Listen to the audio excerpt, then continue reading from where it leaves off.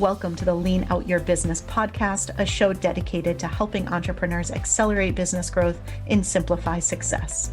I'm your host, Krista Grasso, and I've been working with businesses for more than 2 decades to help them lean out and optimize what's working while eliminating anything that's not adding value.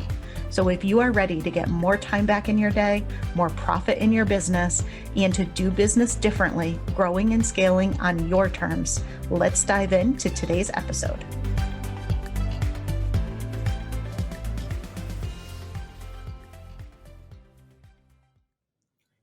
Hello, and welcome to another episode of the Lean Out Your Business podcast. Today, I am so super excited to be introducing you to Crystal Adair-Benning, who is the quantum copy queen and somebody that I met at an event in New York City and was so excited to chat with her. I love her approach to copywriting, which is really pretty unique and insightful. So I'm excited to dive in and share that with you today. Crystal, thank you so much for being here. Hey, thanks for having me. Great to see you again.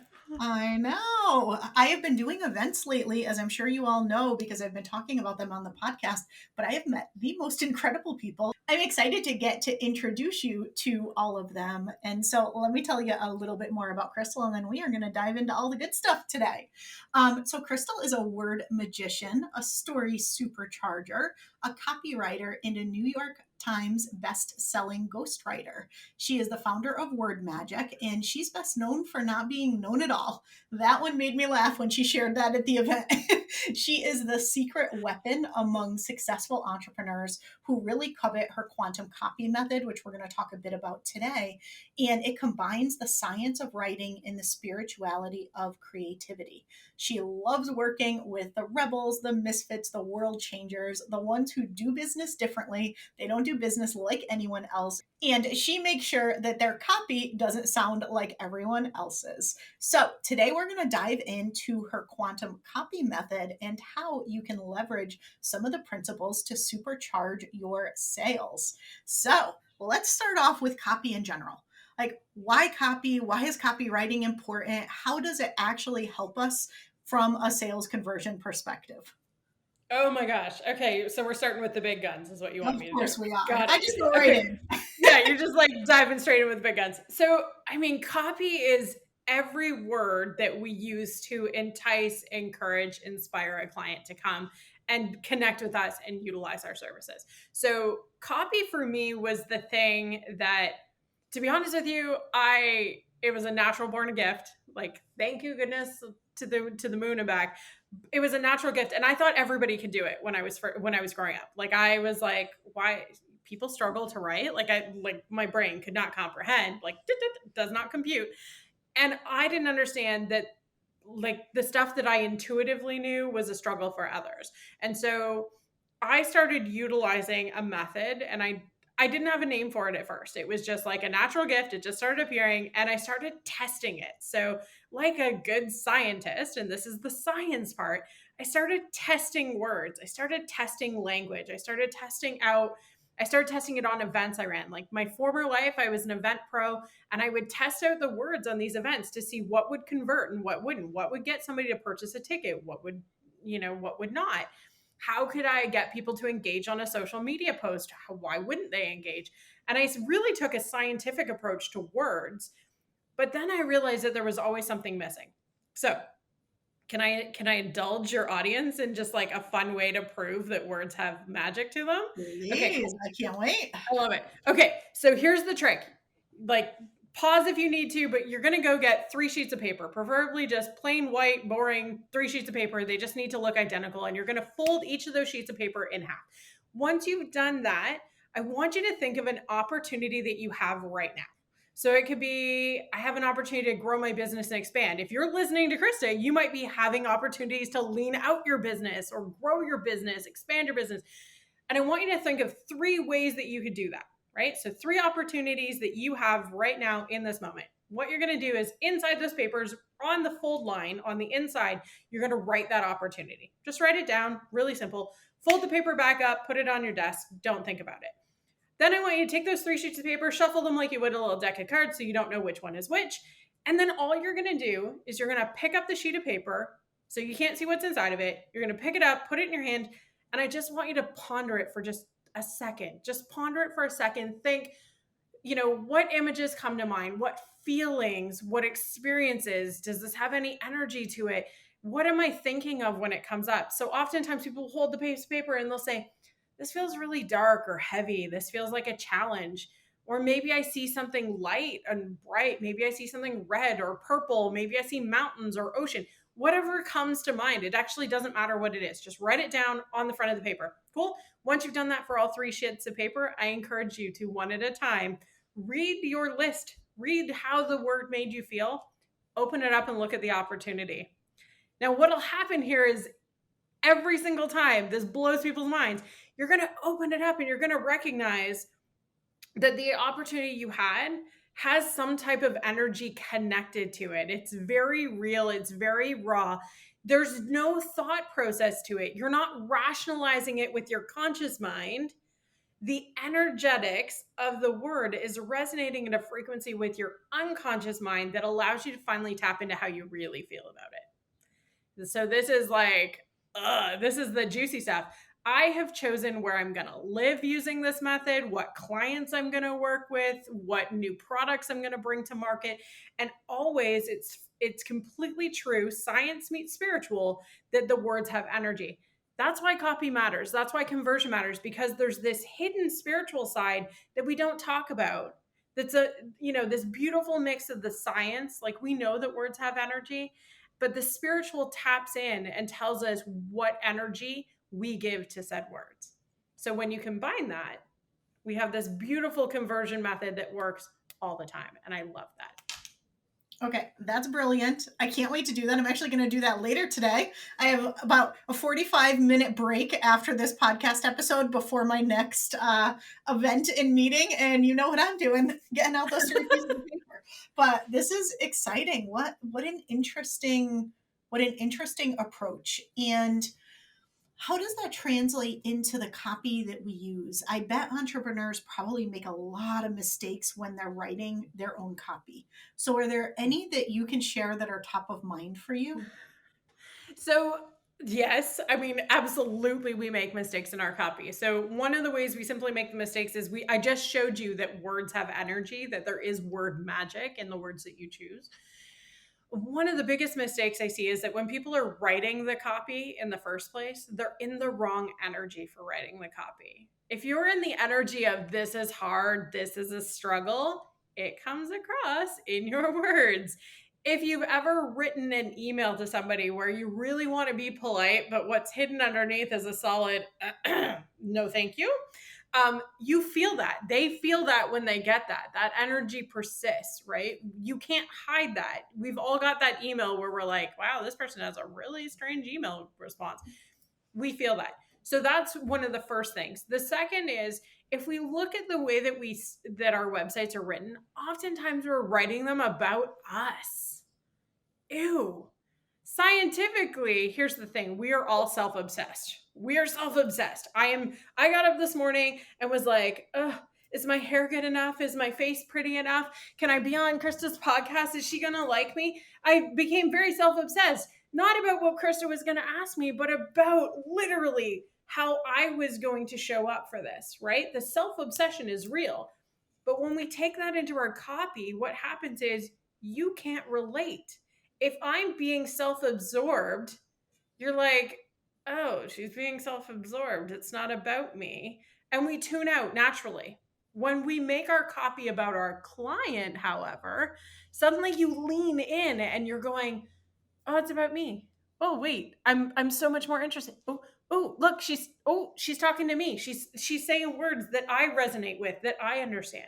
So the biggest mistake I see is often that we are writing from our experiences about what matters to us, about what we want to hear, instead of what our client wants to hear. And then the third mistake I see is one that's just really simple and easy. We don't tell people what to do. We're so afraid to tell people what to do that we actually back off and we tell them nothing. We don't tell them the next step. We don't tell them our process. We don't tell them anything. We decide that we're going to be this mystery, this hooded figure, this shroud in the background, right? and we don't actually tell them the next step. And if we don't tell them the next step, they don't know. They get to the end and go, well, that was about me. That was really cool. Now what? Now what? And you never want your client to say, now what? We want to lead them down the path, and we want to show them what's next. We want to show them how we can help and make it about them. So those are some of the very, very basic things that I see all the time. Absolutely brilliant. And as you were going through those, I had examples popping up in my head left and right. I'm sure all of you listening have as well. They may have been things that I might have done in the past, just saying. So I mean, we've all done it. It's easy to fix. I can promise you that. It's easy to fix. Just simply replace I with we or you. It's really easy, guys. Like, you can literally shift it. If every single person listening to this podcast right now took any piece of copy they're working on and spent 30 seconds simply saying, is this about me or about my client?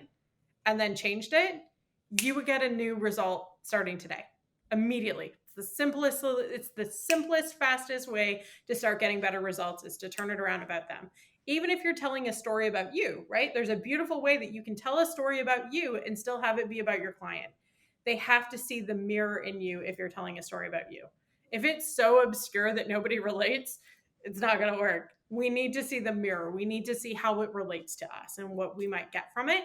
And then we all of a sudden, tell us what the next step is.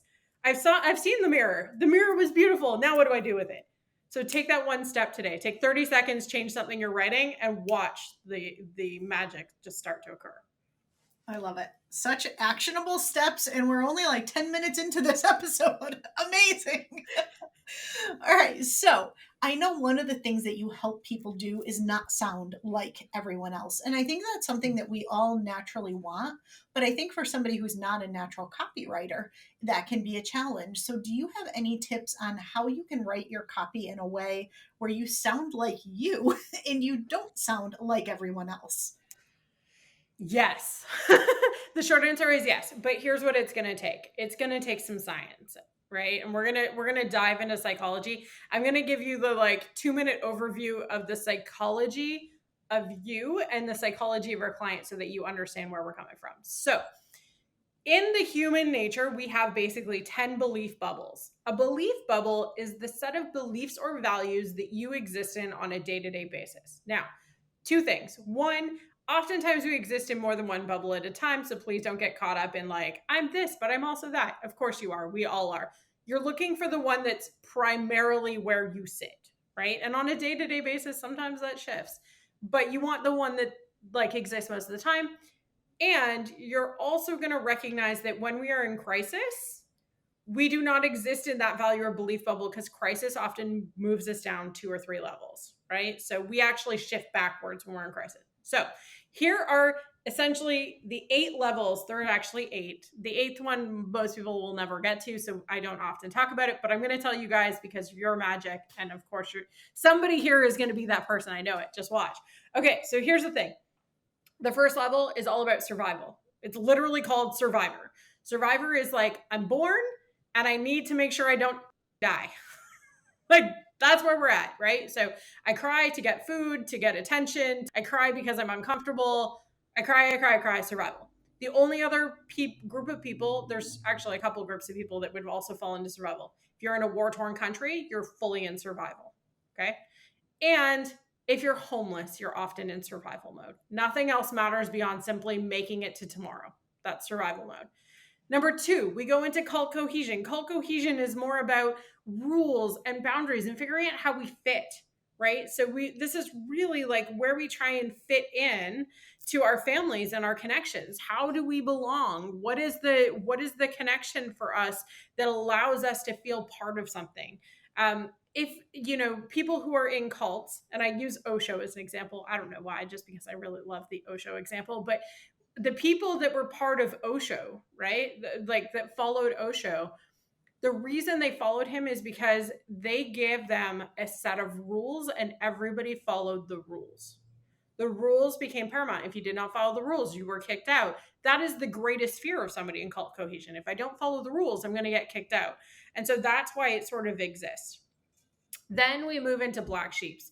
Think teenage angst all over this. Teenage angst, or actually musicians often fall into this category. It's all about showing that you are a unique snowflake. You are different. You are not like your family. You are separate. You are different. You did something cool, something that they couldn't do. That's exactly what this particular realm is about. A lot of younger folks fit into this, or creatives, you'll find. That's kind of the two realms that kind of float in that existence. Then we have fours. Fours are family rules. They're driven by process, systems, steps. Think anything that's got a system to it: government, military, religion, school. These are great examples of family rules. This also is a return to family, which means that people that fall into this, they're the ones that are like, family is the most important thing in the world to me. And they will literally martyr themselves for their family. Moms, sometimes I'm talking to you. Like, this is often what we consider a mom problem, if I had to pick it, or a parent problem, really, where we give up a lot of ourselves in order to support our families, right? So that's a 4. 5s are achievement addicts. These are people who are entrepreneurs. They're driven for money. They're driven for achievement. They want it faster, stronger, easier, better. These are the like Grant Cardones and Gary V's of the world, right? They're seeking something. They're after it. They're actively going for it. Then we get into 6s. 6s are where we've achieved something. So we've been a 5, we've achieved something, and at 6, we're driven by a greater good. We want to turn away from financial achievement a little bit. We want to actually experience and, we want a higher connection. We want to reconnect ourselves to spirit. And so we often will go on spiritual journeys and try and figure out like, what is the connection to spirit? But in doing that, we often give away our money. And I use John Lennon and Nelson Mandela as great examples of this, right? Like, these were humans who really went deep spiritually to kind of figure things out. And even though they had a lot of money, they started giving a lot of it away because they really wanted to do good. They really wanted the greater good. Then we get into 7s. These are paradoxes. These are the both ands. I can make money. I can be an achievement addict, and I can be super spiritual. I don't have to have one or the other. I can actually have both. And I think of people like Oprah. Russell Brand is a great example here. Tony Robbins is a great example here. Richard Branson even kind of falls into this level. These are people that want money and impact. They're really trying to do big things in the world. And the 8s, for those of you who actually make that realm, there's very few of them in the world, but we're starting to see more. These are ascended masters. These are people that 100% know that we exist on quantum levels, that you are existing in more than one timeline at a time, that we are all interconnected in one. And the classic example here is Gandhi. Okay, so now that you know all of the different levels, the way that you do this is 2 things. 1, you have to know what belief bubble you are. Where do you currently sit, right? What is the belief that you typically hold? Are you an achievement addict at 5? Are you a spiritual seeker currently and you're a 6, or are you a 7 and you're like, I can be both spiritual and make money? Where do you sit? Then you want to figure out where your client sits. So what often happens is our client doesn't come to us because they have the exact same belief bubble. Our client often comes to us because they're a belief bubble below us and they're trying to up level. The reason they hire our businesses is to literally attempt to up level themselves. So what does this mean for your copy? The language I would use to speak to an entrepreneur who's a strong 5, who is driven for money and achievement, is very different than the way that I'm going to speak to the person who believes in family as most important and is martyring themselves for their family, right? They don't have the same goals and aspirations. The person who's a 4 who wants to be a 5, the person who's been giving up their entire life. So oftentimes I see this in my business as women who've had children and their children are starting to leave the nest and they want to go back to work and they want to start something for themselves, or they've started something and they're now in this position where they're like, I want to grow. Like, my family is super important, but I need something for me again. The language I use to speak to them is where they're at, not where I'm at. They will get to my 5. They will understand how we're going to drive for money. But the way you speak a 4 into a 5 is by talking to them about how doing this work with you is going to support their family. It's going to offer more opportunities for their family. It's going to give back. This is why when we look at pyramid schemes, a lot of the pyramid schemes that exist really do well because they speak to how this is going to help your legacy, your family, your community, more so than just make you money. Money becomes secondary. And so that's them literally leaning on a belief bubble. They know who their people are. They're fours who want to become fives. So they use the language of their client as a way to meet them. So for us, the simplest way that we can connect into our audience is knowing, where do I stand? What is my belief? Where am I taking my clients to? What is that belief? And where are my clients currently at? And then only writing in your initial writings to them, so your website, your emails, gets written in the value level that they're at. Their current beliefs are what you write to. You can aspire them into like where you can up level them, but you have to meet them where they're at. Otherwise, it goes straight over their head. They don't even see it coming. They can't relate. They have no connection to it. It seems like a nice idea, but it's not for them. They haven't got there yet. So the simplest way that we can start to understand one another and deeply connect, science based, this isn't spiritual, this is scientific, is to literally meet people where they are. And so if you want to speak from your gut, you get to reconnect to, what are my beliefs? And then more importantly, who is my client and how would I speak to them? So for me, knowing that a lot of my clients want to be fives or are fives, I have to recognize that they're probably fours to start with. And what do fours need? They need a little bit of safety. They need some process. They need some systems. They need some steps in order to achieve it. So I talk to them about those things until we get them through some programs and they're starting to make really great money, or they're doing really big things and they're starting to move up the ladder. And then my languaging can change. So in most businesses, the very first program you offer to your client is in their language. And as they go up the ladder and evolve in your programs, the language will shift and change to go into the next belief bubble, because you're now meeting them where they're at on their journey with you. So you really strategically should be sitting down and mapping out your copy in terms of a journey. Where do they start? And where am I taking them to? And where does my language need to shift? But a lot of people struggle with how to do that connection. And then how you simply make it sound like you. When I write for fours, I literally think of my mom. I think of my mom. My mom is the strongest four I've ever met. So when I'm writing, I always think of my mom and think, what would my mom be thinking about this? How would my mom want to earn more money for herself? How would my mom want to achieve more for herself? And then I have programs that clearly balance into the spiritual. Obviously, I write science versus spiritual. A person who's a four still wants to use my program. They just want to use it to a different end than somebody who's a five moving into a six. So I have different programs that meet them where they're at. This is so fascinating. This is beyond fascinating. I love it. And as you're going through, like, okay, I think I'm about a 7. Where are my clients? I think they're 5s, but some might be 6s. So it's just, I never thought of it through this lens before. I absolutely love it. So guys, I'm getting a ton out of this episode just as much as you probably are. This is brilliant. I love it. Awesome. All right. So I want to hear more about your quantum copy method, because I know this is really unique to you. I know it's something that you get just absolutely exceptional results for your clients with. Can you tell us a little bit about this? Because it's so fascinating to me. Yeah. So, it started out by me being a bit of a science nerd and literally testing out copy.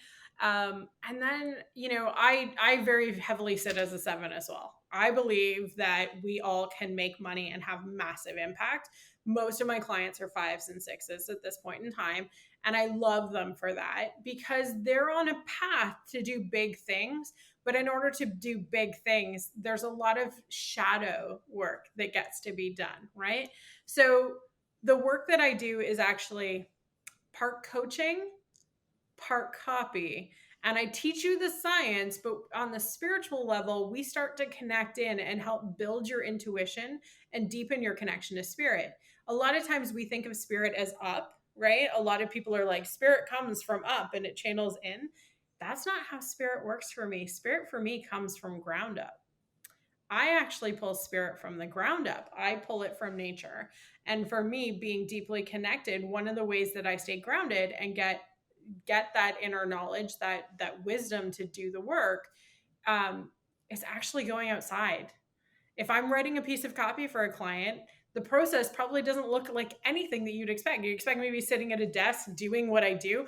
And that's not actually the process. The process involves a lot of research. And I actually teach my clients how to do this. How do I research? What am I researching? I show you the science behind why it matters.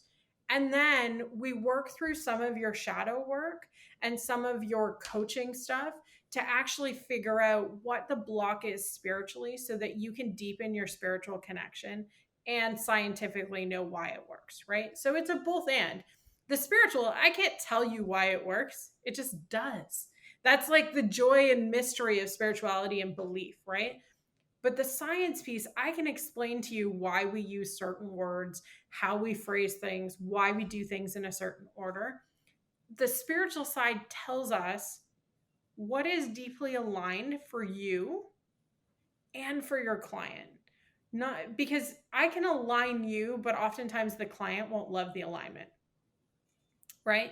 So we use the spiritual realm to deeply connect and finally flesh out what it is that makes you tick and them tick, and how do we come together. And so I created a program. It's a month-long program.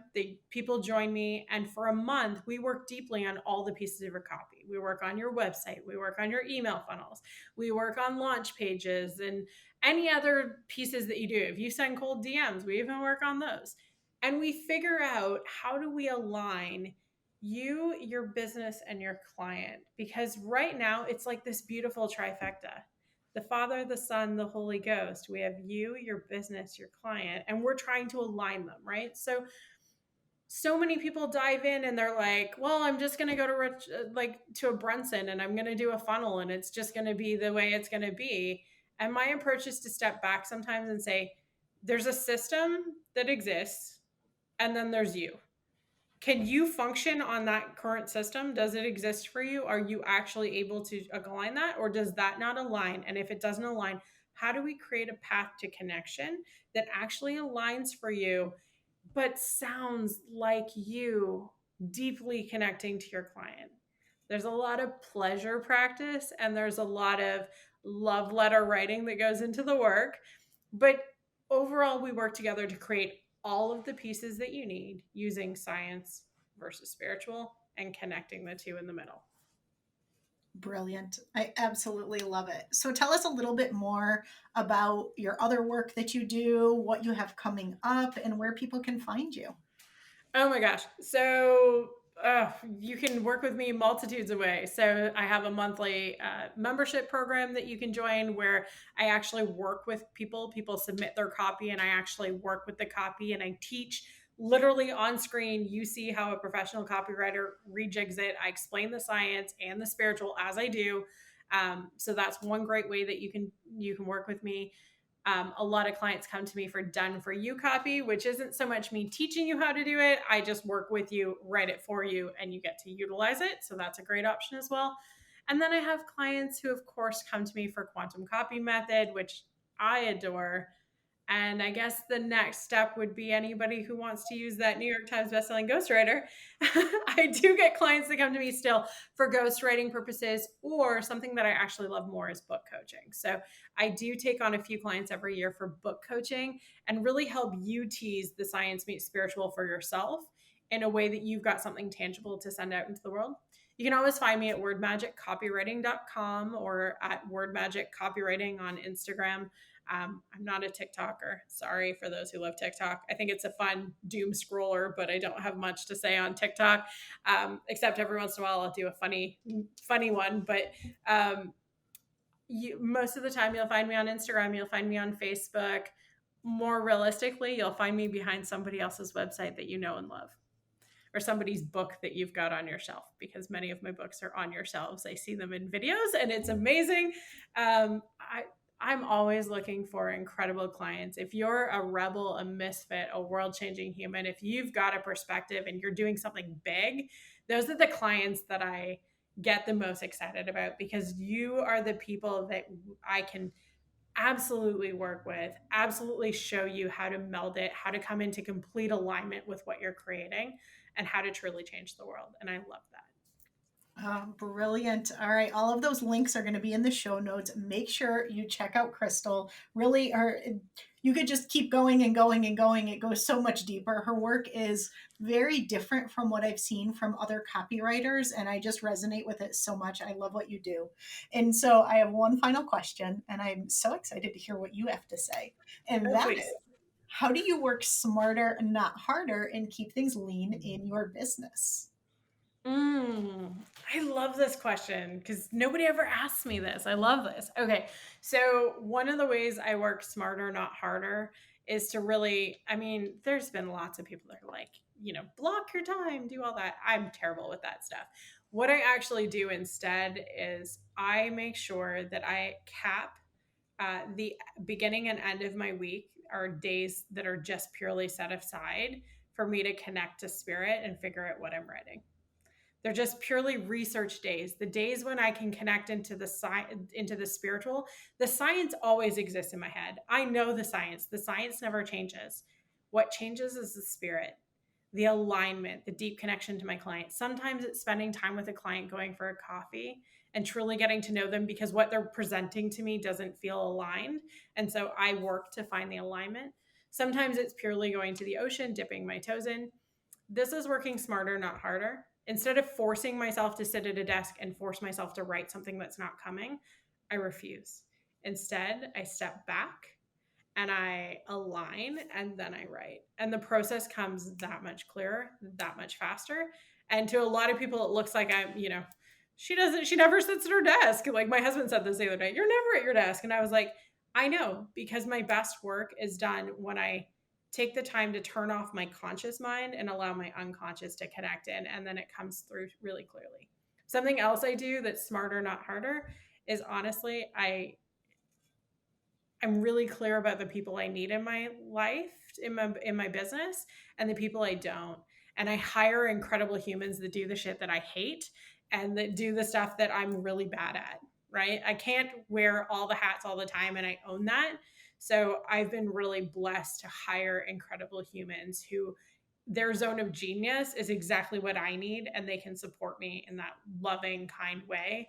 And simply taking out things that I don't like and allowing somebody else to own that freed up so much time and energy and love in my business for me to actually create more and to work smarter, definitely not harder, just way, way smarter. I love those tips. I love them so much. And especially the first one, where you're playing to your strengths. You're not forcing it. You're not pushing it. You're not doing some preconceived notion of a writer has to sit at a desk and write all day long. Oh I gosh. think that's absolutely brilliant. And that just fits you so incredibly well. Yeah, I'm most often found at the beach, actually. So if I'm MIA, somebody call the beach. The ocean probably has my number. I'm over there. All right, Crystal, thank you so much for being here. This was such a value-packed interview. I appreciate your time and you sharing your wisdom and your brilliant and unique approach with us. Loved having you on the show. Thank you, everyone. We will see you again next week.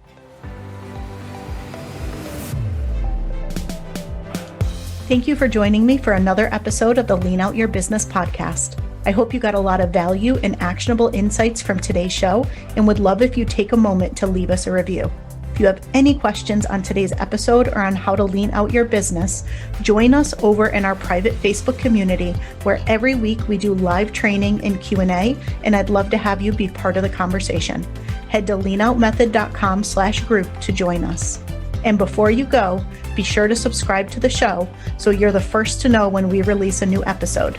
We'll see you next week.